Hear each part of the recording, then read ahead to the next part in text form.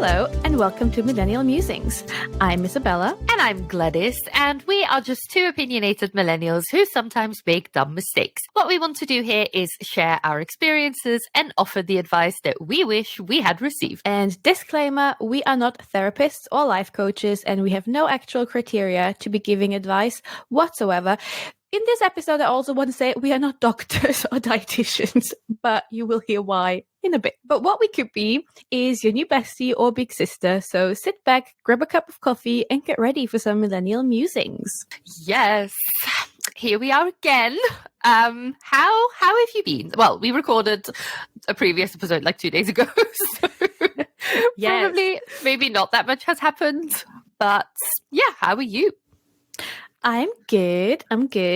Yeah, like you said, it's only been 2 days, so literally nothing has happened. Well, I have deep cleaned my flat yesterday because I like a good clean, but I haven't cleaned in ages because I've been just so busy, so it was really necessary. So I feel a bit more zen now, and I watched Queer Eye and cried a few times. So that has been my weekend, and I had a lot of cuddles with my dog. She's become such a lap dog. She's just always sitting on me now. I love it.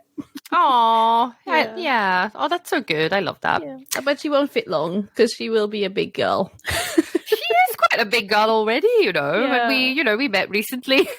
she's quite big for a puppy already. Well, I don't know. How long are you? When are you when are you not a puppy anymore? I think she can grow up until 9 to 12 months. Oh, And then okay. in between she will become a woman because she will get a period. Wow, okay. Yeah. Anyway, how are you? How have you been? I'm good. Yeah, I've been okay. Of course, we do have to say one thing that did happen: the Traitors finale. Yes, we promised to everyone who has no interest into the Traitors that this will be the last time we talk about it, most likely. Until next season, but yes. Until next season, yeah. Well, spoilers incoming. I cried. Out of happiness. Yes, I was like, I cannot. First of all, that final could not have been more like, they could not have made this any more nerve-wracking until the very last second. Also, the two people who were left were like, it was just, everything was just perfect. I was like, I cannot believe he actually did it. I cannot believe he did it. He was also so close to not doing it because I have to say, Chas played a great game as well. His strategy was actually quite like, I love that they called him how did they call him? Chagata Christie? Chagata Christie. He was really good. Like, he was good. And he got it right most of the time. But then, well, thanks to Molly, honestly, Harry and Molly's friendship saved Harry's win for this, I think, honestly. Isabella, she started writing Harry and then changed I know. because she looked him in the eyes and he said, "No, I promise you." Oh my God. Which honestly, I get that though. If I was Molly, it's like, you don't want to you don't want to be wrong about that. You don't want to be the person who took that away from someone that you like so much. But of course, she played herself. Well, he didn't care about that part, did he? No. Oh no, but he's a great player. They were all, yeah, it was good. It was good the way it ended. I was happy. Oh, I really loved it. Yeah, I'm so happy that also now we got to see what it's like when a traitor wins. Yeah. But yeah, Jazz, that man can forever be like, okay, I'm the best at reading people. He can have the biggest "I told you so."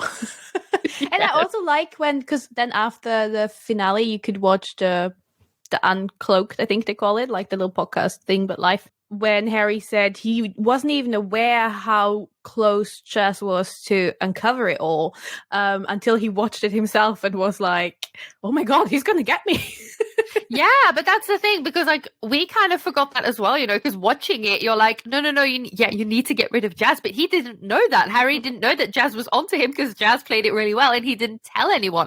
But I was also like, yeah, I don't know. Like when Jazz went for another vote or like another banishment, I was like, yeah, there's no point, because well, clearly, apparently Molly was very close to voting Harry out, but I was like, I never expected that. I was like, and now you're just getting that 2 votes against you. So like that, you've lost either way. Which I didn't understand at all, because if Molly really thought Chess was a traitor, then he didn't have to do the revote, because he could have won that game there and then. If the other 2 would have been faithful and Chess would have voted green as well, he would have won the game because he would have been the only traitor left. So I don't know how Molly literally just went with her emotions in that scenario. I know, unless it was both of them and he was like, I want the other one out so I can get all the money. But then it would have been it would have been Harry as well. So like, yeah, I didn't really, I don't know. That was a bit weird, but yeah. It was tense. Boy, it was tense. Okay. Do you have any highs and lows this week? Yes, I do. I do have a high. Nothing big or mind-blowing, but I am, well, first of all, I'm happy that Queer Eye is back, but I already mentioned that I watched this. And then secondly, and much more importantly, I am finally seeing a friend of mine in a few days because I'm going to visit her in Germany. And yeah, I think it's going to be really fun. And I'm ready to pack my stuff and be somewhere, as much as I love my puppy, but I will be able to sleep, hopefully, through the night. Five nights in a row. It's going to be great. Oh, yeah, that does sound really good. And you're going to Hamburg, right? I've never been. No, not yet. That's later on in the year. Oh my God, I keep messing this up. It is Germany too, but it's a lot smaller than Hamburg, where I'm going.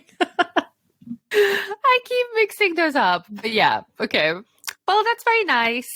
Do you have any? Oh, and a low. I don't actually. Surprisingly, I don't have a low. And actually, before I recorded, Gladys and I were talking, and we're like, "There's no need to dig somewhere to find something miserable." So I just don't have a low. No, neither do I really. Apart from, I think I have a cold again. So if I sound congested, that is the reason. But highs. I passed my MOT. Well, my car passed the MOT yesterday, which was really good because I was a bit nervous about it. So that's good news. And then I also think this was a good week. Like, the weather was good. It was sunny. I went for some walks. I actually feel like, because my low, I think last time, was that I didn't really go outside that much. And I really feel like I'm getting some structure in my day, which sometimes can be a problem for me. So yeah, I'm like waking up earlier than usual, and then I just go into my office, and then I just, do some work, and then I actually take a break around lunchtime, which I don't always do. So that has been good. Yeah. That sounds nice. That sounds like a good routine. Good for you. Yes. So, okay, I think we can. I have the perfect segue right now. Oh, okay. I can see my one grey hair coming up here in the camera. That is a good segue. It's literally always there, and I feel like I plucked it several times, but it's just always coming back. Yeah. I have a lot more than one grey hair, but that's the one that's in the front. I don't know if I have any, because it's all bleached. Yeah. So let's keep it that way. I mean, I don't know. Like, I don't know. I think another one. Look, there's another one. Oh God. Well, I actually think it really depends. Like, my grandfather, he's grey, but it's like white. It's basically like my ideal hair color. So I feel like if I would be grey and it would look really good, I would just have that, I think. Yeah. I don't mind having a grey afro at some point, but maybe let's wait a little. Oh, that would look so good. That would look so good. Yes, because, we are... Stop looking at it! Okay, so, we are 31. I'm 31, you're 29, which by most definitions is young. But of course, we as well are getting older. I'm reminded of it every day when something happens. Like, for example, when I realized that the album of my youth, Born This Way, came out 13 years ago this year or something. Or when I was younger, actors that I would see and I would be like, ooh, they look very, very nice, or like they seem nice. And then I would Google them, and they used to always be a lot older than me. And then now sometimes I look them up and they're younger than me, which is shocking sometimes. But I kind of wanted to ask you, because of course, you know, you're 29, you're turning 30 this year. And I know that I definitely had some feelings about that when it happened to me. So how are you feeling, knowing that that's coming? Well, I'm gonna take a detour to answer that question of yours, and I think I'm just gonna get into how I feel about getting older in general. Which, by the way, if you haven't clocked it yet, that's the theme of this episode. But yeah, where do I start? Okay, so I think getting older is quite a privilege, actually, and I found a quote by Mark Twain that says, "Do not complain about growing old. It's a privilege denied to many." And I do 100% agree with that, especially once I found someone on Instagram that completely changed my perspective on growing older. Her name is, or was, unfortunately, Nicola Newman, or as her Insta handle says, it's Nick Nack Lou. The Instagram account is still present. Her husband is taking care of it because there's still a lot of charities going on. Shows she was diagnosed with stage 4 breast cancer, so it was terminal. But yeah, so I found her Instagram account pretty much immediately when I moved to the UK. And her whole message about the account was, first of all, reminding everyone to check your tatas, as she said, every month at the same time of the month. And she also wanted to send a message of you should go out there and grab life. And I know I did not know her personally, but it wasn't just really another Instagram account I followed. It honestly really had a mental impact on me, like a positive one, on how she saw life and how she talked about that getting older is a privilege and that everyone should be thankful for the time we get because she knows she doesn't have as much. Unfortunately, she passed away in September of 2023, I think 5 or 6 years after being diagnosed. But she did make sure to live the life as well as she could and to the fullest. So I'm sorry for the little Debbie Downer here, but honestly, I really look forward to turning 30 this year. And I'm looking forward for my 40s, and I'm looking forward to be retired one day. Like I'm of course getting older. I find it scary, and I get to that in a bit. But as of now, as long as I'm physically and mentally healthy, I really don't mind getting older, because when I think of every age I've already been, I wouldn't want to go back to any of it. Like, because every age I would go back, I kind of would lose something that I've learned as I got older. So the part I am a bit worried about getting older is, I would say, the health and the wealth, because you never know what's going to happen. Like, if I can afford living in a retirement home, like we just recently talked about, like in the movie In Her Shoes, a Florida-esque scene with a pool and water aerobics in the morning and a group of other retired people I can hang out with and I'm mentally fit, then that's great. I can't wait for retirement if that's going to be it. But we don't know. We don't know what's going to happen. And we only have so much control over everything. And then another thought I had, and I know I'm only turning 30, like I'm not an 80-year-old woman yet, but I read somewhere online, I have no idea where, somewhere on social media, that an older woman was asked if she's feeling like jealous of young people. And her reply was, why would I? I have lived more life than they have. I've already collected experiences and memories, so they probably should be jealous of me. And I really love that mindset. So I don't know if that answers your question about how I feel about turning 30, but I think I'm excited about every year I get to turn older, I would say. I think that's a great mindset to have. And I agree. I look forward to getting older as well, because I just honestly think that life keeps getting better.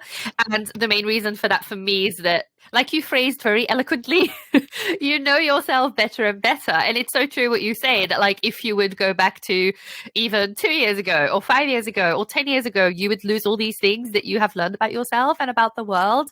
And I would not want that. Like, I like myself more than ever now. I don't know. I really think that every year gets better. But then, yeah, of course, sometimes there are moments where the thing for me is like, I don't know, it's very mixed, because on the one hand, I really look forward to getting older and getting all these experiences and learning all these things. And then on the other hand, it's also that constant realization of like, oh, I will never be in my 20s again. Like that will never happen again. Like I will never get to experience life at that age again or something. But yeah, that's just part of it, I guess. Because yeah, you're so right that like I also wouldn't want to go back to who I was back then. So yeah, I was just listening to You're Never Gonna Guess It, How to Fail with Elizabeth Day.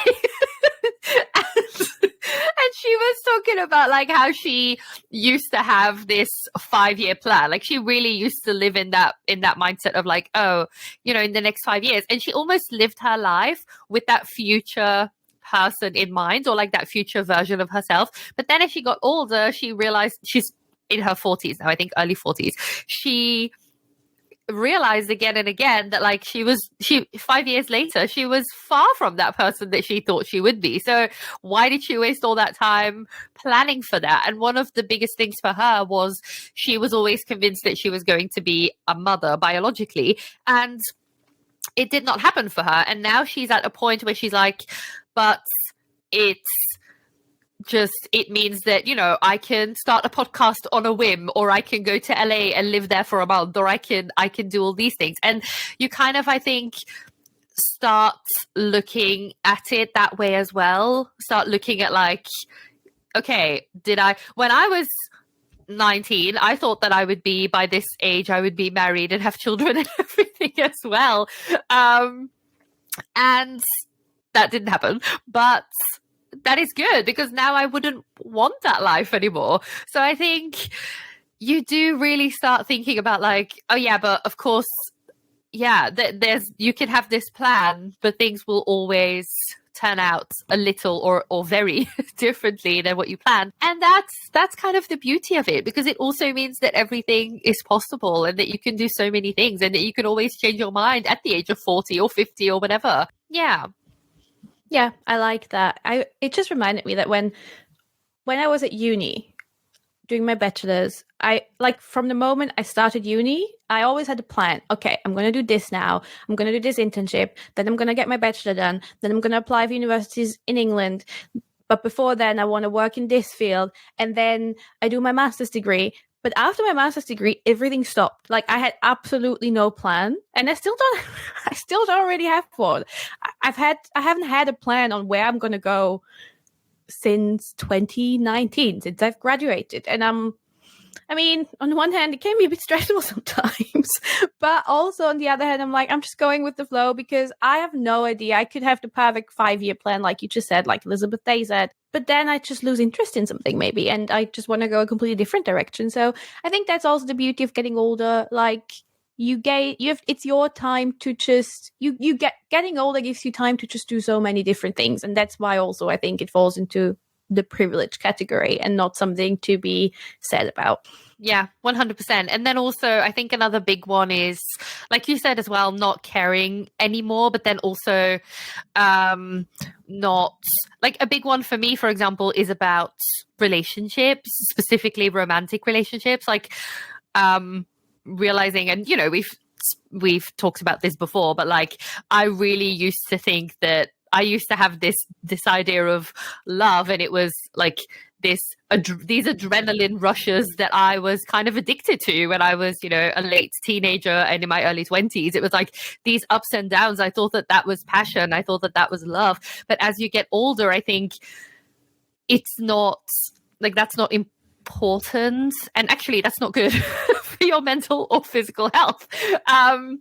And my idea about that has completely changed. And I think that goes for many people, actually. I think many people have that experience that, like, as you get older, you start realizing, no, it's not about that. It's not about this, like, ooh, will we, won't we thing. That is not what makes you happy in the long run. Like, I would much rather now have Elizabeth also put it in very nice words when she was like, rather than having this like massive flame immediately, I would rather have a cozy bonfire that retains its heat and that you actually can have and keep warm for much longer. Yeah. And that now, I think, for me, is what love is about. I used to be that person of like, oh, and we need to be in the same bookshop and like both go for the same book, but there's only one copy left, and then he takes me out for coffee and everything. No, like now you realize that it's not about any of those things anymore. If you meet someone on a dating app and you both purposely go to that date with the idea of, I know what I want, I know the kind of person that I want to be with, and then you just find each other and it works, like that is romantic as well. Yeah, that is fine, and nobody actually gives a shit about how you met or something. The only thing that matters is that you just love each other for who you are, and it took me a very long time to realize that. So that for me is definitely something that I learned getting older as well. Also, that this idea that like I don't know, I used to maybe even subconsciously stay in that like suffering because I thought that's what life was about or something, and I used to put myself in these situations where I was just suffering, and I really like that's the life of Catholics. The few church goes that I remember, it was always about you need to suffer to be a good Christian, which I have never been, but still. It used to be, I don't know, I had this really good quote earlier this week that's like, there's a difference between pain and suffering. Like you can still feel pain about things that have happened to you, but you need to stop putting yourself in these submissive situations where like you don't have any control, or you tell yourself that you don't have any control and that you're just going through it and that you're suffering. Like, no, you need to take control of those things and be like, yeah, I can either sit here and wallow in self-pity forever, or take charge. And that's basically when I mentioned Nick Clue, or like Nicola. Let's call her Nicola. She could have just sat in self-pity and be like, I'm ill and I can't do anything about this. But she was like, okay, I've got about 5 to 10 years. Let's make the fucking best out of this. And she started a life list, and it's like, she literally, from what she's shown, and she's shown the good and the bad sides, and she's just motivated. It was just motivating. But then also, like, she has changed the way you think about life. And is that not like the most incredible thing that you can do with your life, is like make other people see these things differently? And like you told me that when she passed, and then I looked at her Instagram, and I think she put something like the post was like, if you're reading this, I'm dead or something. And it was something like, I don't want any of that like bullshit about like, oh, she moved on to whatever. Like, no, I've died. And I really loved how, how open and direct she was about that. And I wanted to mention this later, but it really fits here as well. So I was listening to honestly a How to Fail episode with Mo Gaudat, I think his name is. And he used to be a Google executive, and then he realized that he was incredibly rich. He had everything he wanted, and he was very unhappy. He was depressed, and then he started thinking about happiness, but from almost like a scientific point of view. And then he came up with like how you can basically make yourself happy or something. And it sounds very like, I don't know, just life coaching, simplified or whatever, or like, that's easier said than done. But actually, like, that was also the one episode where I was going for a walk in the park, and I started crying because of what this man was saying, because he was saying that, so he lost his son, like his son died at the age of 21, I think, during an appendix surgery. So it was like a very routine surgery that is not supposed to kill you at all, and things went horribly wrong and the son died. Mo Gaudat was like, okay, well, I can do two things. I can live the rest of my life in pain and suffering. And and you could tell that he was still in a lot of pain, and like it really made him emotional, obviously. But he was like, I can either suffer for the rest of my life, and then at the end of my life, my son will still not be here. He will still be dead. Or I can spend the rest of my life making trying to be happy and making other people happy and sharing this message as well.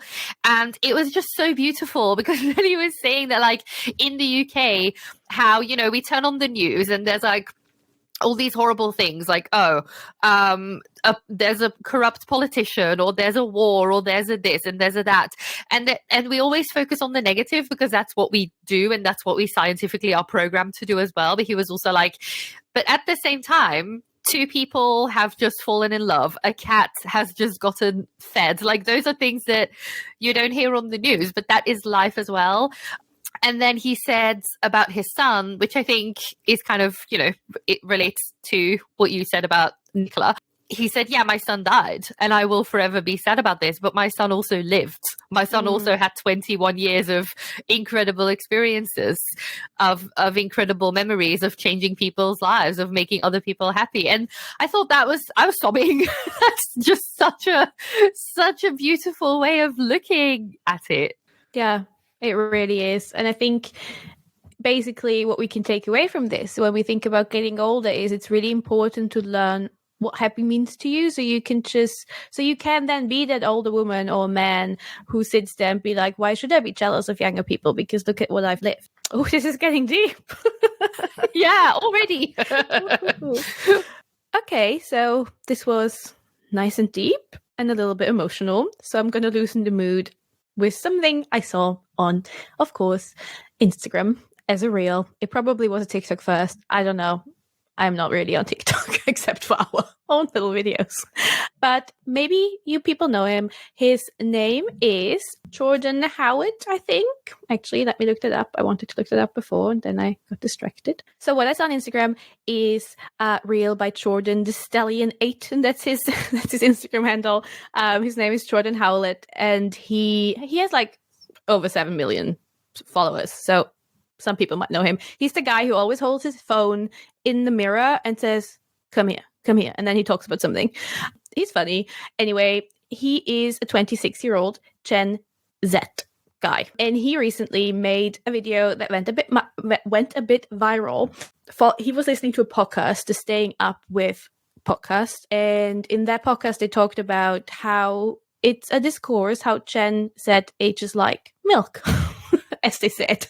And he then made a video talking about himself, how he's 26 years old. He does look a little bit older than 26. Like, I always thought he's like 38 or like a dad of two. So I was quite surprised when he said he's Gen Z. He's younger than Tom Holland and his girlfriend, whose name I always say wrong. Zendaya? Is that the right way? Yes. Yeah. What do you always say, Zendaya? I always say something wrong. It's always a different one, a name that I use. Anyway, he was talking... To be fair, though, Tom Holland looks like a 14-year-old. He does. He really does.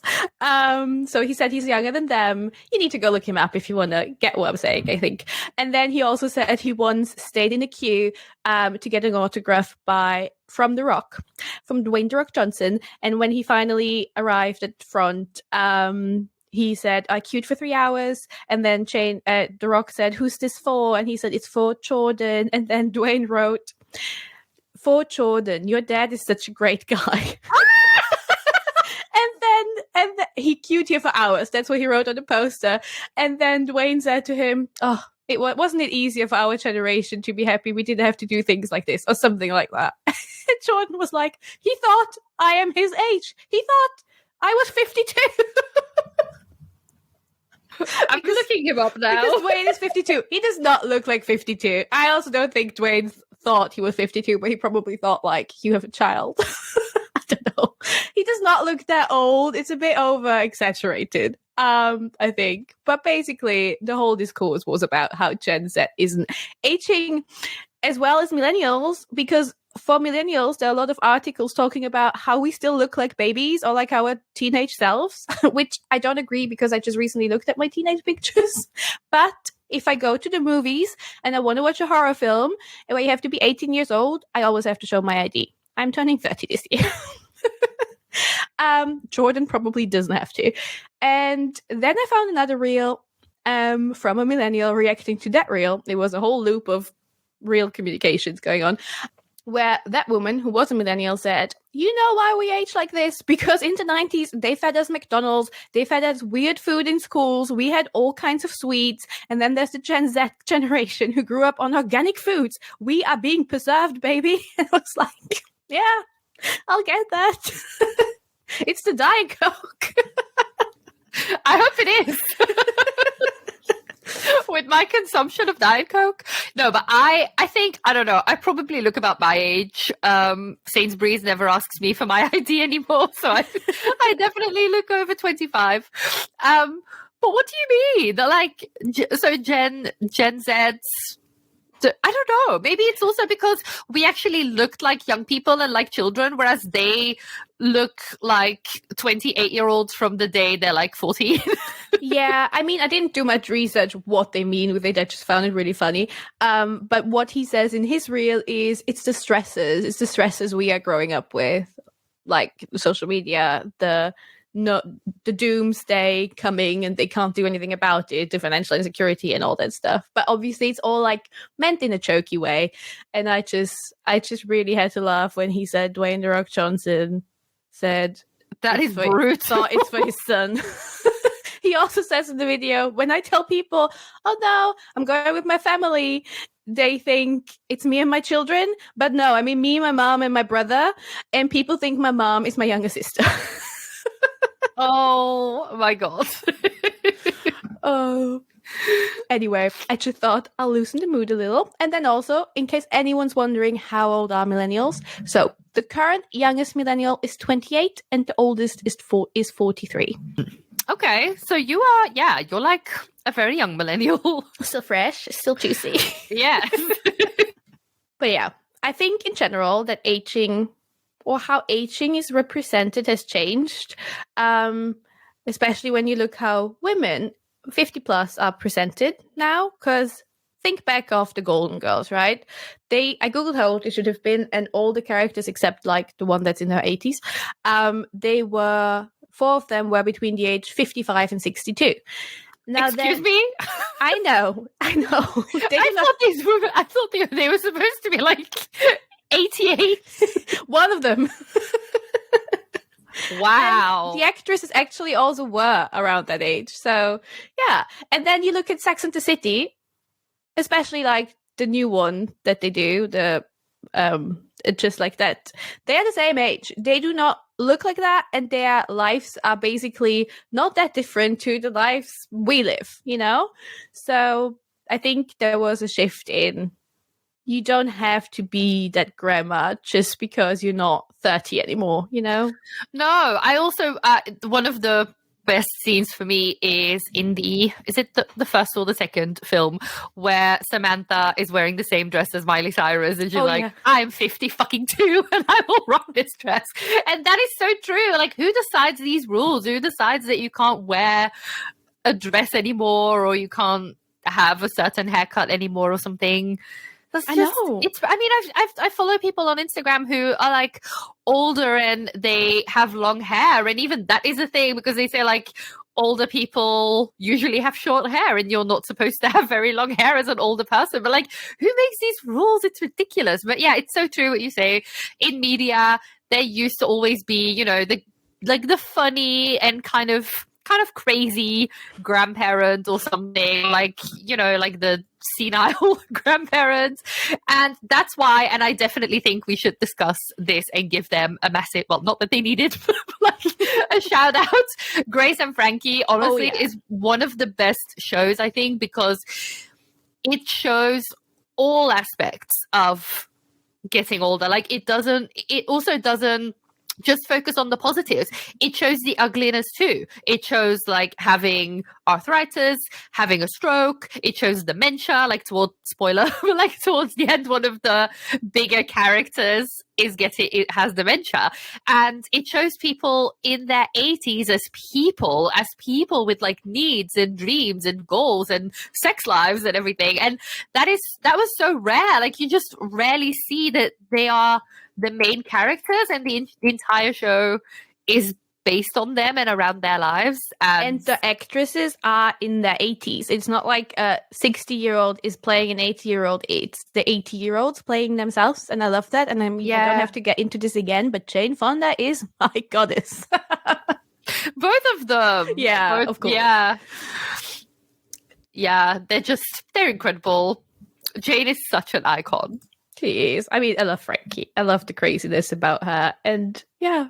And I want a Rise Up one day. I'm not gonna lie. I can see that being something I really will embrace. Oh yeah. And that vibrates. Oh yeah.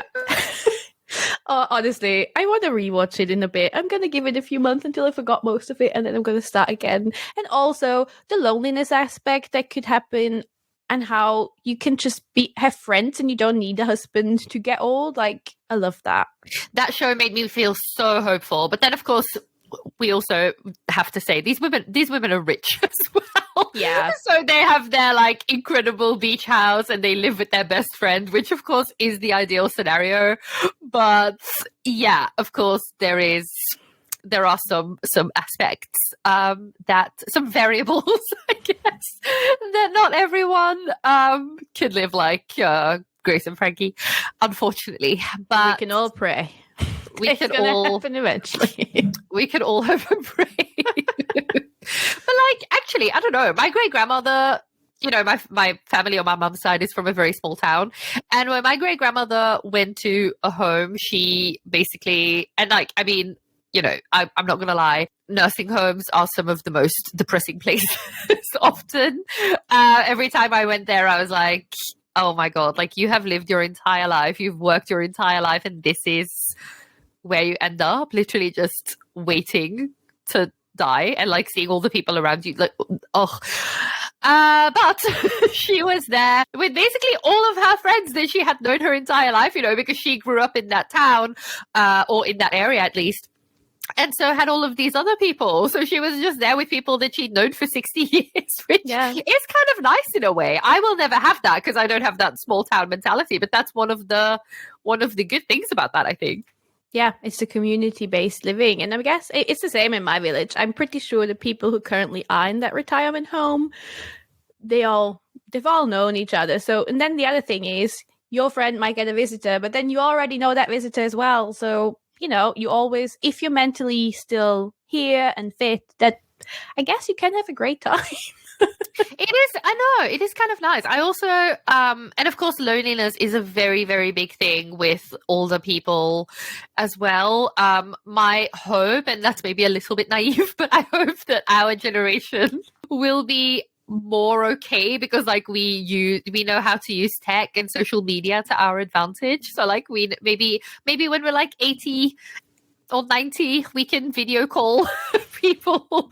And yeah, I hope that this can kind of help our generation. Like my grandmother already, she knows how to video call. She knows how to message me on Instagram and everything. My grandfather is on his laptop all the time. He's more technical than I am.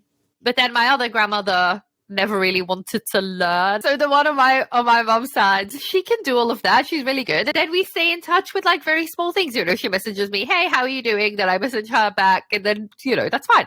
But yeah, like my other grandmother has never really wanted to learn. She was all like, nah, I can't do that anyway. I'm not going to do it. And yeah, there is kind of a difference because I don't know, it's just, it really helps if you can, I think. Do that. I'm also being very hopeful that because I don't know, this is just me being naive as well, but like we kind of seen the struggles and how sad it can get. So I'm hoping that maybe eventually we're trying to put more effort into that thing. There's something I noticed when driving around the UK. Every now and again, like in outside towns, there's like these complexes being built with several houses, really nice houses. And then while there's still a construction site, there's big posters that say you can get a place here. This plan for this complex is to bring families and older people together. So it will be like a retirement/family home area where they, I think, want to combine the different generations. And I think that's really nice. Like, I hope we're going to figure something out to make it more affordable to have good aging. My boyfriend's grandma, she lives in a assisted living thing, so she has her own flat, but it's all the people around her are around her age. They're like seniors.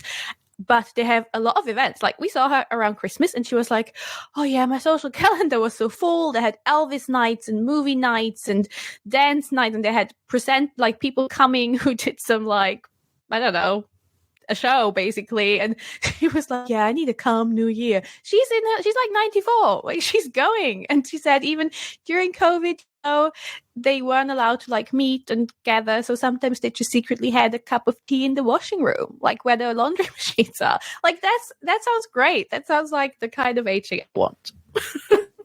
That does sound really good. Like, I don't know, I think it can really go both ways, because of course you hear very tragic stories of people who just feel so lonely, or people who just don't want to go to a home, and then but I don't know if it's nice, and if you're like physically and mentally okay, then it can be good. And I really hope that will be the case for me.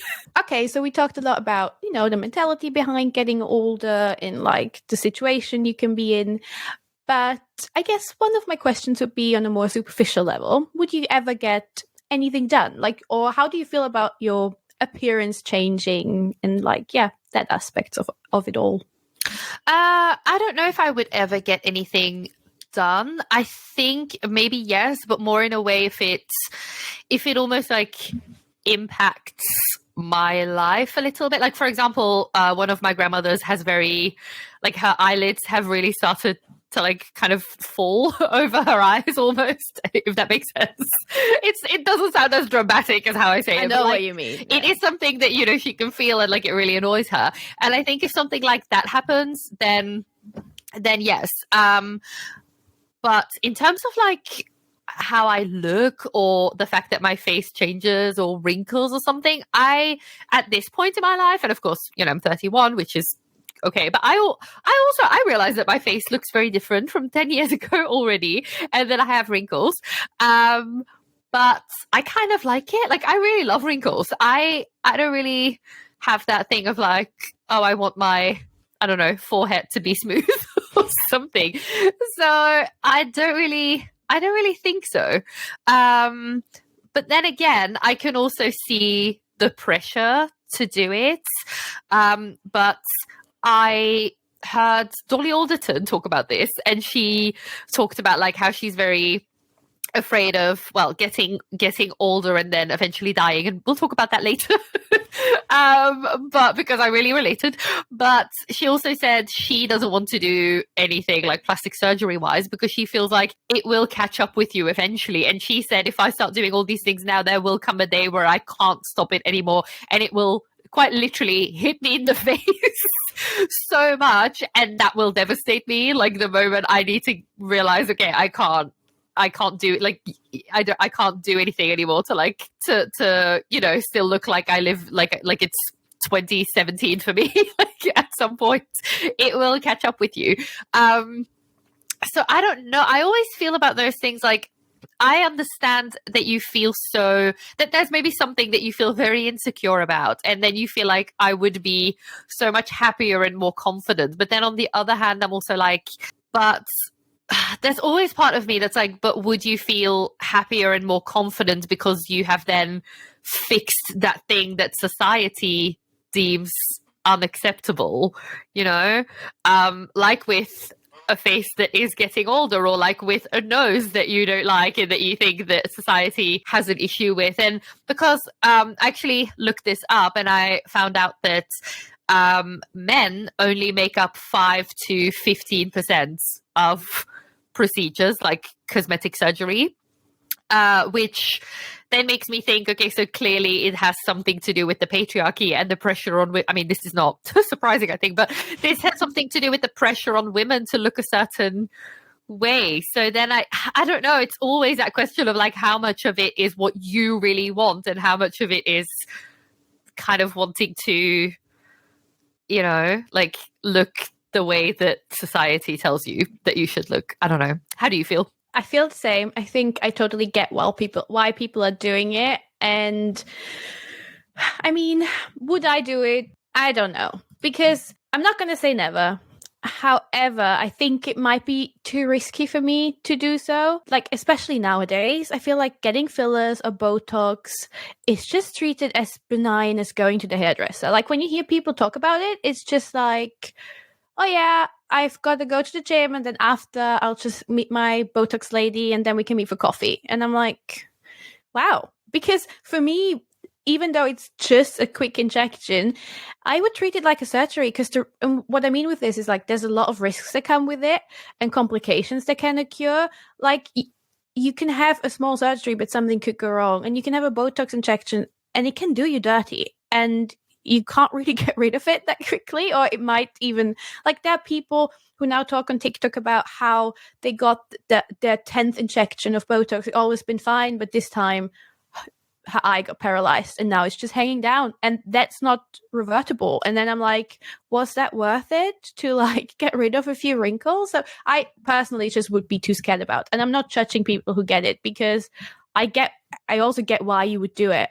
But then there's this YouTuber, her name is Stephanie Lang, and she talks a lot about like celebrities and influencers, how they represent themselves, how all these trends are here, like looking a certain way, like the buccal fat removal, but I get into this in a second, and how people edit themselves to look completely different, and yeah, plastic surgery and everything. She's uncovering things, but she's doing it in a good way. Like the titles of her videos are obviously very like out there and sound almost insulting, but then she's really respectful in her videos, I think. Anyway, she did one video about what Botox can do, and that's where I saw those videos of women who then talk about how their eye got paralyzed, for example. And she also had Botox done a while for herself. And she said that one time it blocked something in her cheek. Now, I don't remember the whole medical story behind it, but basically if she wouldn't have gone to the emergency room as quickly as she did, this part would have gone black and died off because it blocked a blood vessel or something. Yeah, I just find it wild that people treat getting Botox like getting a manicure, because Botox is actually, what it's actually called is botulinum toxin, and it's a neurotoxin which does affect your nervous system. So it targets the communication between your nerves and your muscles. And I think that's really invasive thing that goes on when you put that in your face. But yeah, I do get why people do it, especially women, because you've been told that aging is gonna basically devalue you eventually, and you get invisible if you don't look a certain way and if you don't look young. So I get the pressure that makes people do it, especially also with social media and the trends. Like I mentioned, there's this buccal fat removal, which is where they take, round faces apparently currently aren't in, right? Selena Gomez got a lot of shit recently for, of course, they have to comment on her weight, and you can see it a lot in her face. They said she seems very happy, so good for you, Selena. But then there are the other celebrities that like have to fall, the almost like the heroin cheek, I would say, again, where the cheeks are like very going in and you have cheekbones. And then Stephanie actually did a video on that as well, where she's like, okay, people get this done when they're 25, right? But then as you get older, you lose that fat. So and that fat can never come back. So once you then actually get older, you look really unwell, because it's like completely fallen in, because you will still, lose the strength that was there before to keep your face all up and perky. So I think there should be more of education basically behind all of this stuff, because people are doing it, and that's great. But I think it's scary when you can just order your own Botox online and put it in yourself, like teenagers on TikTok do. Like, yeah, there needs to be a lot more education about this, because also if you start doing this young, at some point you can't do anything about it anymore, and then you age, in my opinion. And I'm sorry, this is now judgy, but that's who I am, as we discovered. I feel like the younger you do it, the worse you then age, once you actually reach an age where you actively start looking older, because you've blown up your face with fillers. And people say fillers break down, but not 100%. And I'm not a doctor. I'm just saying the things that I've read when I did my research, because at some point, yes, I was like, oh, should I get a little filler in my chin to have more of a jawline, but it sounds too scary for me. And I know this is very controversial, but that's just my opinion.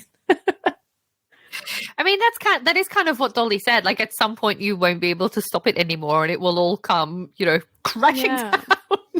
And then you will your face will probably age 20 years in a day. I don't know. I will say though, I feel like this is a very big thing in obviously America, but also in Britain. In Belgium, there's not that many people in their 20s with fillers. I just want to say that. Like, that is something that I've noticed in the UK, that this is something that has, like, I don't know, that seems a lot more normalized in Britain. I also cannot help but compare this to, and I will probably get heated talking about this, but Ozempic, the injections that are meant to be for people with diabetes, and then people are now getting it prescribed by medical professionals to lose weight. And it's never the people who actually like desperately need, it's never people who actually, it's the Real Housewives, to be honest. That's well, they haven't confirmed it, but they're all kind of accusing each other when they do those normal interviews, you know, the interviews where no one hears you. It's just Carl Richards talking, for example. They all make these little accusations and digs of like, oh yeah, I guess it's the workouts, but they all basically are like, is she taking Ozempic? Yeah, and it's people, I've heard people like acquaintances and everything who do it as well. So it has become such a normalized thing, and it's never people who have serious health issues because of their weight. It's always people who are like, oh, I really want to lose that 10 kilogram and I just can't. Like, I've tried all the diets, which of course don't work. And then that's why they do it. And I also feel like it's the same thing with like people want a quick fix, and it's like, you know, there shouldn't even be a fix, because there's nothing wrong with aging and there's nothing wrong with having those extra 10 kilograms. But it's a thing where my main question is, how do you see this long term? Because yeah, you will probably lose a lot of weight in a very short amount of time. And then what? Are you planning on injecting this shit for the rest of your life? Is that really your plan? Like, because also, and you don't know the long-term thing it's gonna do to your body, especially if you don't need it. We know that this can affect your organs and everything, but people don't think about that. Yeah, we haven't seen the long-term effects here because this is of course a new thing, but everyone is jumping on this train, and it's like, I'm baffled. I'm absolutely baffled that this is something that is backed up by doctors. Like, it is just unbelievable. And it's that thing of like, oh yeah, but I need this now. And then there's people like Oprah or something, like very, like people who you're like, you know, you have a career, you're successful. Imagine having done all of that. Imagine having done all of these incredible things, and that still being the number one thing that you're focused on, and still being like, yeah, no, but I need those injections though, because I need to lose weight. Did Oprah take it? Yeah, apparently. Ooh, allegedly. Allegedly, I don't know, but like, it's all the people, and it's all the celebrities, and of course I get the pressure on them, but they're also like, it's also these people, like these celebrities. I won't name any more names, but then when they've gained a little bit of weight, they're still thin and they still have an acceptable body. Then they're all like, oh, I'm a curvier woman. Fucking Kourtney Kardashian. I will actually name her Kourtney Kardashian. Oh, I'm curvy now. I'm happy. I'm living my life. Now she has fat burning pills. Now she came out with those. And then it's like, yeah, then just shut the fuck up. Don't be like, oh, I'm happy now in my curvier, fuller body. No, you're not. Because the first chance you get, you will inject yourself with whatever the fuck is available just so you can lose some weight. Oh my God, it drives me insane. I couldn't tell. But honestly, why are people, but that's the thing. It's like, people don't think about the long-term things with this, just like with fillers, just like with Botox. And yes, it's so true. Like when you see a 20-year-old who has lip fillers that have gone completely bad, and it looks all like asymmetric, and then like why? Honestly, why? I know this is controversial, but honestly, no. Like, yeah. Yeah. To calm myself down, I will now go into a different section, which is I looked at how different cultures treat the elderly. And of course, as most people probably know, there is a big difference, because in Western cultures, they tend to be very youth-centric, and we emphasize attributes like individualism and independence. And apparently this is because of the Protestant work ethic, which is basically like, as long as you can work and do like a service to your community or whatever, then you're valuable. And the second that you don't have that anymore, then yeah, that's kind of the thing, right? Then we just put people somewhere and kind of almost forget about them, as horrible as that sounds. And yeah, we know that in some cultures that's not the case. For example, in Korean families, they really expect the elderly. When Koreans turn 60 or 70, those are very big life events, and then there's like big parties. And as well as in Chinese culture, there's this expectation that once people get older, once the parents age, it is then the child's duty to take care of their parents.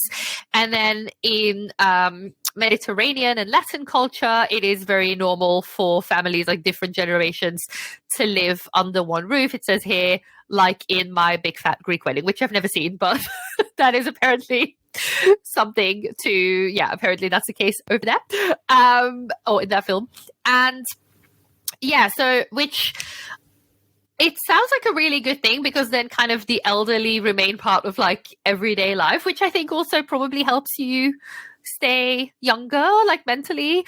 But then also they all kind of support each other, like all the different generations. And then the younger people also just help out with the older generation. But then I was very surprised to learn that in China, there is a law, and it is quite vague. So I'm not sure like how they can show that you broke that law.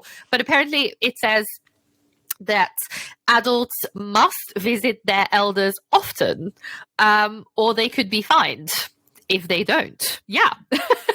And I read this and I was like, is this really a thing? So I Googled it, and it really is a thing. But like I said, it is very vaguely worded. So I'm not quite sure. Like, yeah, maybe again, you can, as an elder, report that you haven't been visited or something. Yeah, maybe. Which I'm actually not sure how I feel about that, because I also think not all parents have been good people to their children. And I feel like as a child, like it's not always the child disrespecting the parents. Sometimes as a child, you just need to, or as somebody's child, you need to keep your own mental health and have some boundaries in place. That is just, I think, the reality, because, you know, we do have that narrative often of like, oh yeah, but they're your parents or your grandparents, like you need to respect them. But as we know, it's not always that way, because some people just have been through it with their families, and then understandably need the distance. Need that distance. But I did think it was very interesting, and yeah, we do. It's so true that like in Western culture, but it's the same with death as well. Like we have a very like, oh, we can't really view on death. Yeah, like, oh, we can't really talk about that, and yeah. Yeah, I think it's really interesting that you said the whole thing about the families and how they give each other purpose, basically, when the elders take care of. Because I read a lot of the times when they all live together in one household, then let's say you have children, then your elders, like your grandparents or your parents, take care of your children while you, I don't know, go to work and support the household. And it's like this whole circle, and it gives everyone something. And it makes everyone eventually a little bit happier if you're in a healthy dynamic. But what I actually thought of is a documentary I watched on Netflix, and it's called Live to 100, The Secret of Blue Zones. So just to give you a quick definition of what a blue zone is, because I didn't know about them before. Blue zones are regions in the world where people are claimed to live longer than average, and a lot of people that live very long there are around 100 years old. So they are called centenarians. Centenarians. It's really hard to say, but I will say it a few times now throughout what I'm going to tell you. But there are like top 5 blue zones around the world. And I'm going to butcher each of the name that I'm going to say, but I'll try my best. So there is Ikaria in Greece. There is Okinawa in Japan. There is a region in Sardinia that is called Ogliastra region, there is Loma Linda in California, and there is Nicoya Peninsula in Costa Rica. And there are, and now this I got from the American Journal of Lifestyle Medicine. It's a mix of information from there and from the Netflix documentary. But there are 9 evidence-based common denominators among the world's centenarians. And those 9, I don't know, rules of life basically are believed to slow down the aging process. And I'm going to really quickly summarize them for you. I've tried to shorten this as much as possible, but I'm just going to run through them and we can talk about it later. So number 1 is to move naturally. Not about lifting heavy weights or running marathons or triathlons. It's just about people who live in environments that constantly makes them move. For example, in that Italian region, there's so many stairs and uphill ways that the people have to walk. They just naturally always training their heart, basically. Then number 2 is purpose.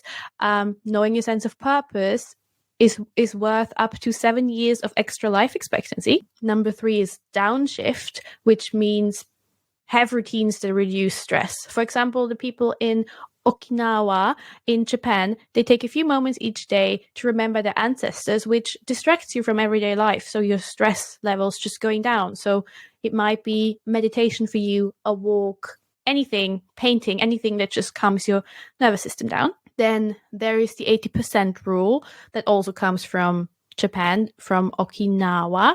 It's a 2,500-year-old Confucian mantra that is said before meals, and it reminds people to stop eating when their stomachs are at 80% full. And people in the blue zones also eat the smallest meal late afternoon or early evening, and then they don't eat anymore till the rest of the day. Apparently, it's like related to like fasting and giving your body time to, I don't know what the right word is, to like refresh your cells, basically.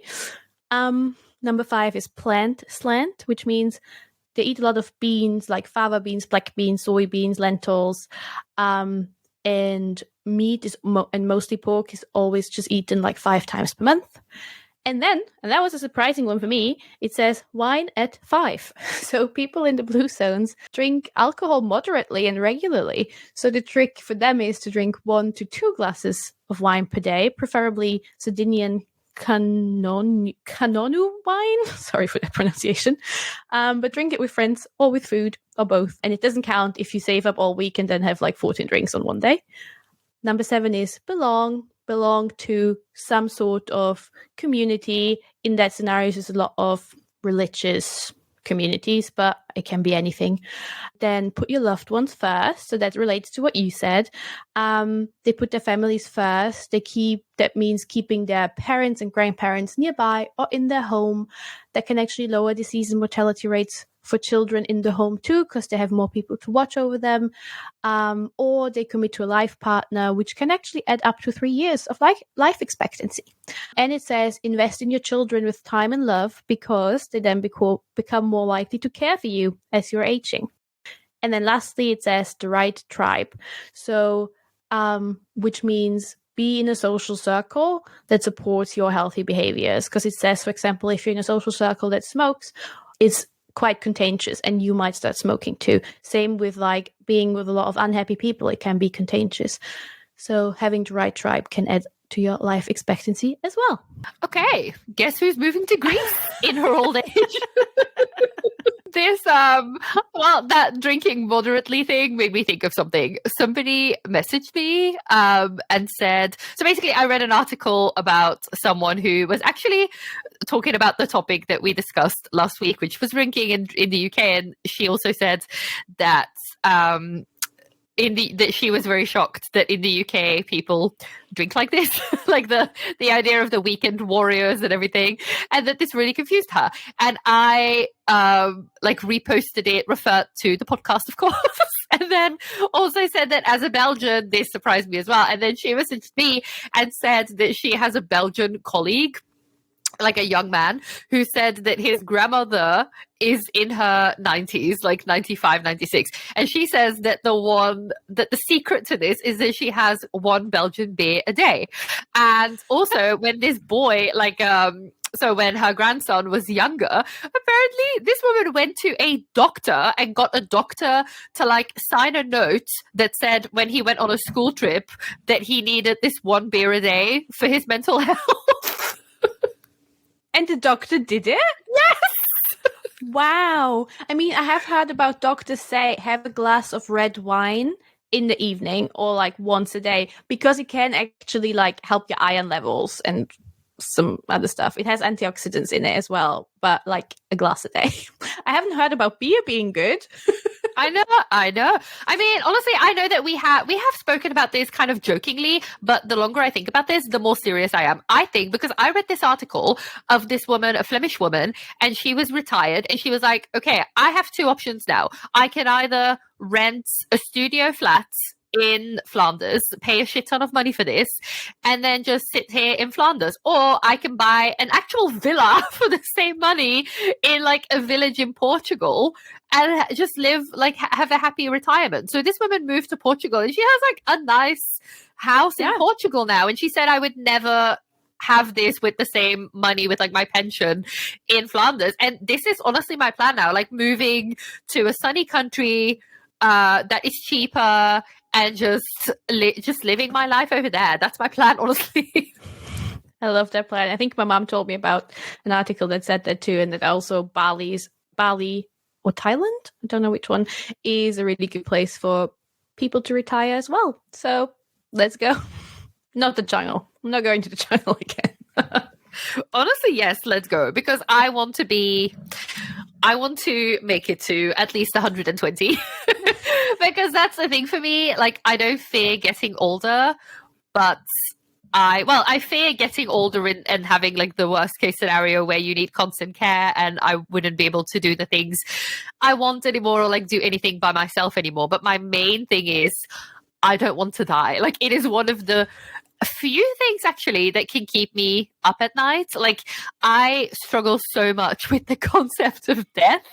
The thought that like one day the world will go on and books will still be published that I can't read anymore and there will still be foods that I can't eat anymore and I won't be able to travel anymore and I won't be able to like pet a cat anymore and go out for dinner. Like, it really, I just cannot fathom that one day that will be the case, or that there will always be like a last time you go to the cinema or a last time you go to a theme park, or that thing is just, yeah. I mean, and when I told this to my friend Fiona, she had the most Fiona response possible, and she was like, oh no, I hope I die at 60. Who can be bothered to live that long? Which is very on brand for her, but it really, really genuinely scares me. Like, I just cannot handle that idea that like I just won't be here anymore. I don't really believe in the afterlife. So, and if it exists, my ass is going to hell. But yeah, it is something that really, that is like the one thing that can make me spiral still.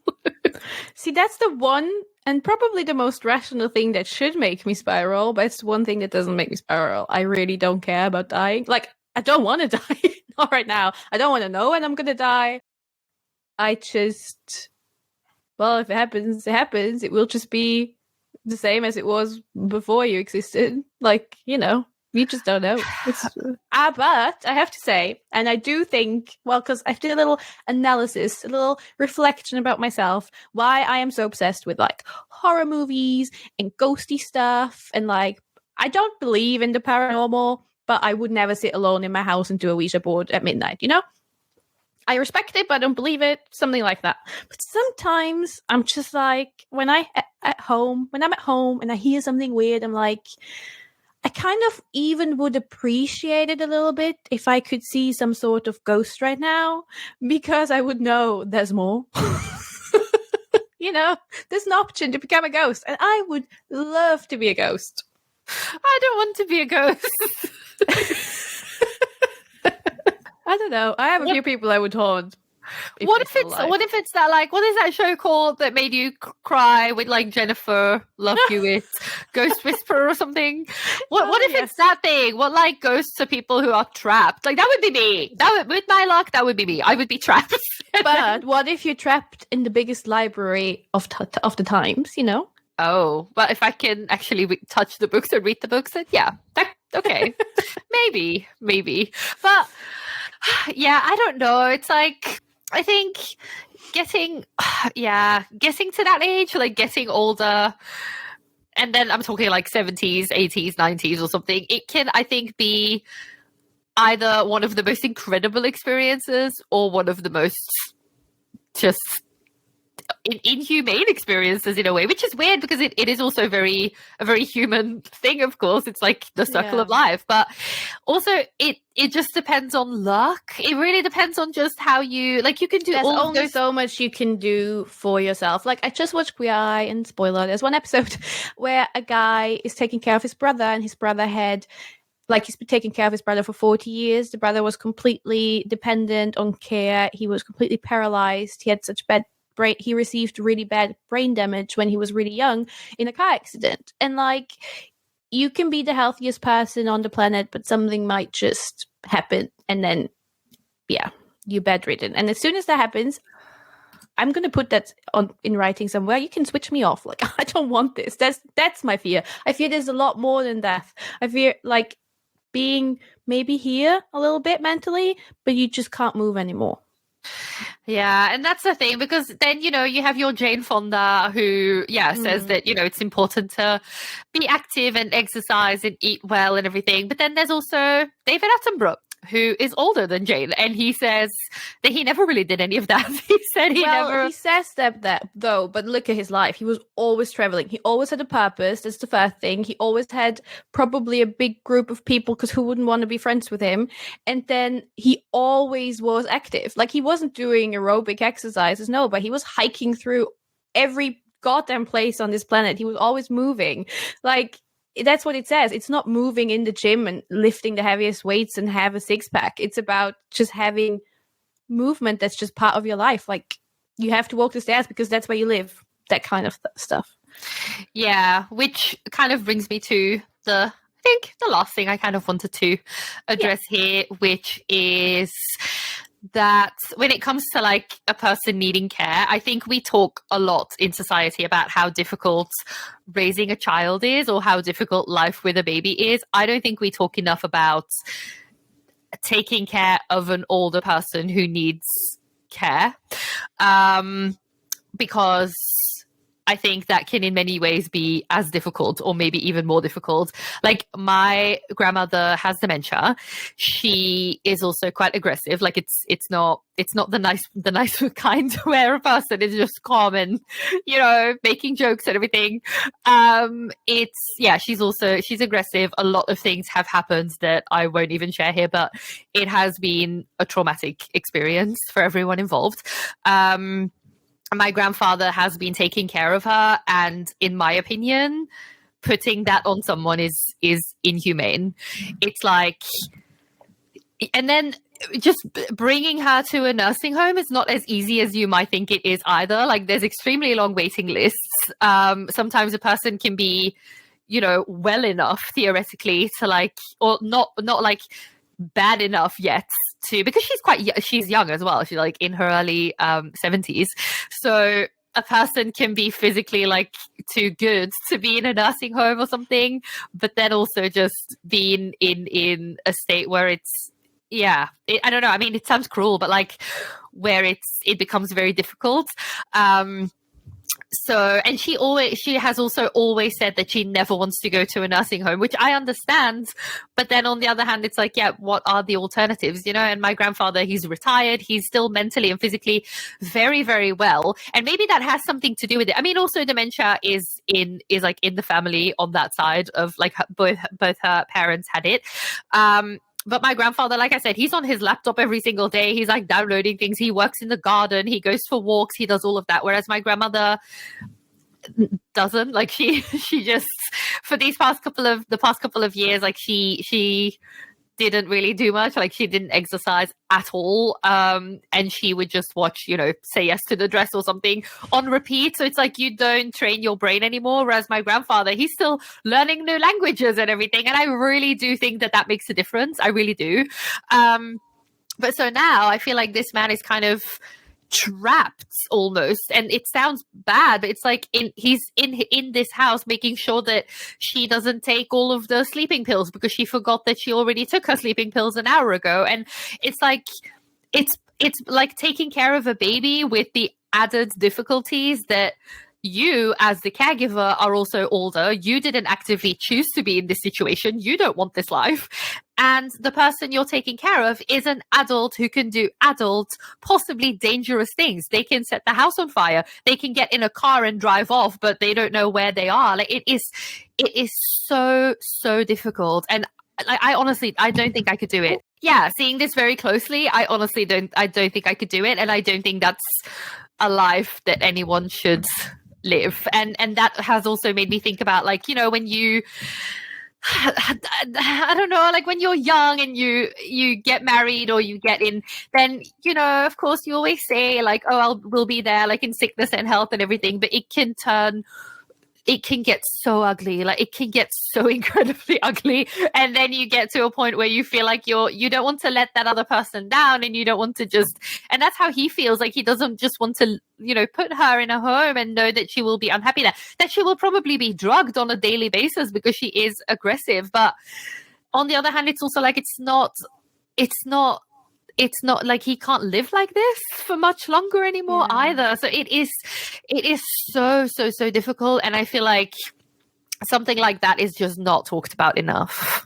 No, it's not. And I think the emotional drain as well. I mean, you compared it to like having a child, but I think the difference is you expect to have to care for a child. You don't, even though this day might eventually come, you don't expect to care, I don't know, for your parents one day who always cared for you, and then the switch gets flipped and you're like, it just feels, it must be so hard emotionally to get to that point. And then also if it's your partner and you did that vow of in sickness and in health, but like all of a sudden their partner who was always there and supported you and was your teammate becomes your responsibility, it must be really hard. But I think you can't really, I don't know, I think you only know once you're in that situation if you can do it or if you can't do it. Yeah. But it should definitely be talked more about. Yes. Even just as a support, even if it doesn't change anything, just for supporting people who are going through it, To lift the mood a little, we can end this episode with like some likes and dislikes. You have, things you notice that you like more and things you like less since you've been getting older. Do you have anything? Yes, like what I really, really like the one thing that I have learned, I guess, is that, like I said before, if you would have asked 15-year-old me how she envisioned her life at 30, the answer would have been like, oh, I will be living in London, which, well, it's true now. I will have a husband. I will have 2 children at least. I will be rich. And most importantly, I will be thin. Most of those things currently are not the case, probably will not be the case. And that I think I think many of us can probably relate to that feeling of like, oh, but when I was younger, when I was 15 or when I was 20, people who were 30 looked like they had their shit together. But now I'm 30 and I absolutely do not have my shit together. Like, what am I doing wrong? And I have felt that way many times. Sometimes I still do. Like, sometimes I look at other people and I'm like, I'm still a child though. Like, I'm not mature enough to make all these decisions by myself. I'm stressed to make an appointment with a dentist. Like, what is this? How did our parents and grandparents just do all of that and take charge of all of those things? Because I'm still a baby. I'm just a baby. And yeah, like I still have so much to learn. But then the beautiful thing I think that I have noticed is that everyone feels that way. Whether people have children, whether they have built a house, whether they look like they are in control of everything, nobody really knows what they're doing. And I love that. I just love that because, again, it means that there's just so many possibilities. And that we're all just kind of faking it fake it till you make it. And I just really, really love that. I guess what I don't like about getting older is getting more and more I think losing the illusion sometimes that like the world is maybe better than it is. I don't know. That can be very exhausting sometimes, I think. Like, you know, when I was younger, like believing in like things like justice or something, or that like if something would go wrong, that there would be a system in place that would help you. And of course, as I get older now and I listen to a lot of true crime, I have realized that is not the case at all. Like nobody really has your best interest in mind, especially the people who should have your best interest in mind. And yeah, just seeing all of that, like really realizing the ugliness sometimes. But then I also have learned to appreciate the small, mundane, beautiful things a bit more. I don't know. It's honestly like Mo Gaudat said when he was like, you see all of these horrible things every day, but then there's also so much beauty every day. I don't know. That was really nice and deep, because what I have written down is not like that at all.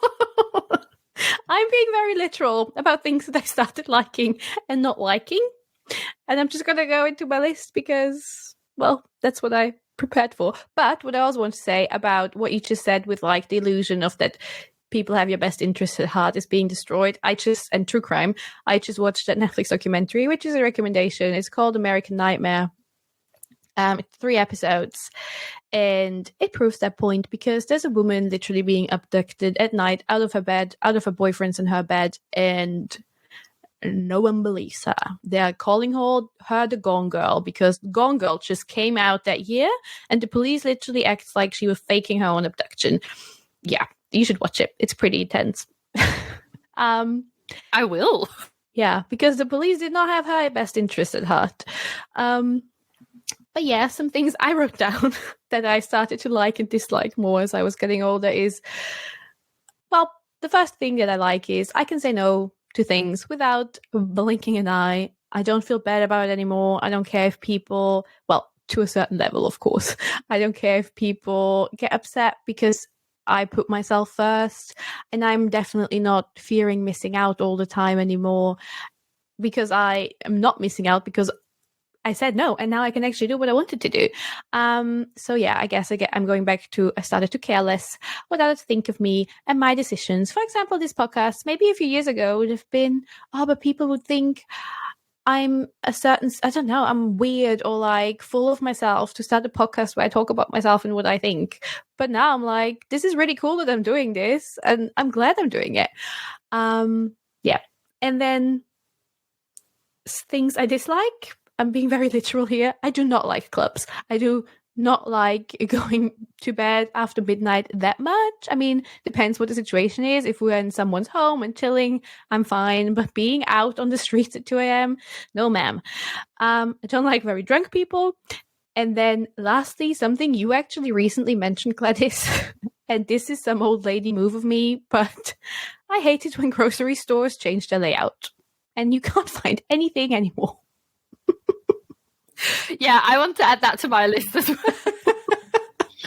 Because you told me you went to your co-op and nothing was where it used to be. Yeah, the same now happened at my Tesco's. Oh, bold of you to think I go to co-op. How rich do you think I am? I went to Lidl, girl. I went to my local Lidl, and nothing was where it usually was. And I got so fucking annoyed that halfway through my list, I was like, you know what? I don't want to be here anymore. I want to go. Also, because they change things, but not for the better. It's not logical, because you had like bottleneck situations in aisles where you never had them, but now there were like jams of people. Like traffic jams, where I was like, it was better before, and I'm sure I will get used to it. You know, I've been back a couple of times now. It's getting better. We're getting there. Yeah, slowly, but I still feel like, no, why are people changing things just for the sake of changing them? It's not, I still feel like before it was better. But I also definitely think what you said, about just doing what you know you like and you don't like and just going with that. Yeah. Also just I definitely have that as well, like not caring about, oh, will this be cringe? Will this be this? Like I used to have that so much with my writing, and yeah, with the podcast as well, I would have felt the same way. But also with my writing, where I was like, oh, but if I post this now, or if I post this and it doesn't do well, then that means that it's shit. And now I'm like, no, I'm sharing things with the world. That's very cool. Many people want to do that, but are not doing that. And I'm doing that. And that's already something to be proud of, and then if people like a picture of my face more than they like something that I've written, that is just how people are, and that is how social media and the internet unfortunately works. And it's not because something means a lot to you that it means a lot to the people who are scrolling through their feed. And that's that's how we felt, to be honest, with some of the things that we have shared as well. We're like, oh, this is such a good clip, and then it doesn't get any likes, and then there's that moment of like, oh well, okay then. But it's like, yeah, that's just, there are so many. Before I would have taken that as like confirmation that we were doing something wrong, or that like we were being cringy. Whereas now I'm like, no, that has nothing to do with it. It's all just, there are so many, there's like 1,000 reasons why people just are not, like, also people are never as focused on you as you are focused on you. Yeah. So exactly. Realizing that has been really, really good for me. Yes. Well, that was a roller coaster of an episode. But I really enjoyed it. It was, again, a little therapy session, I think. Yeah, and I mean, it is such an incredible cliche, but I think it's true, even though I don't like it when people say that to me. But life is only worth living because you know that it's not forever, I guess. Even though I still think if I was in the good place, I could spend it like on that show, not necessarily the good place, but like, how they end up like living for like centuries and centuries. I feel like I would be okay. I feel like I could do that. Yeah, if I would have access to like all the food and the books and everything that I wanted, I think I could live forever. But yeah, and also it's like the one thing we all have in common, I guess. We all gonna kick the bucket. Yeah. But not for, I don't know, another 100 years, hopefully. Oh my God. No, I don't. I want to be able to move if I'm just sitting there. Maybe I will be. I don't know. People are getting older and older. Maybe we're just going to be 120 living there in Greece or Portugal or wherever. Broadcasting live from our retirement studio. Yes. Yeah, if the world's still alive and not that's another, or nuclear winter, or whatever. Let's not get lost in these details. Let's end on a good note. Let's just leave it here. So before we wrap up, we wanted to say a big thank you to all of you who made it to the end of this episode, of this journey of an episode. We hope you enjoyed it and maybe heard something you could relate to. And remember, the journey doesn't end here. We will be back next week with a brand new episode. Yes, and the best part is we want to hear from you because you'll have your own unique experiences and stories to share. So connect with us on Instagram at We Are Millennial Musings or on TikTok. Share your own musings, funny moments, and the not so glorious times of being a millennial or any other generation. And also, if you liked this episode, please consider following us because that really helps, or sharing even. That's even better. Yes, sharing us. Tell your friend, your neighbor, your mama about it. It really helps. And so until next week, stay curious and keep those stories coming. Bye. Bye.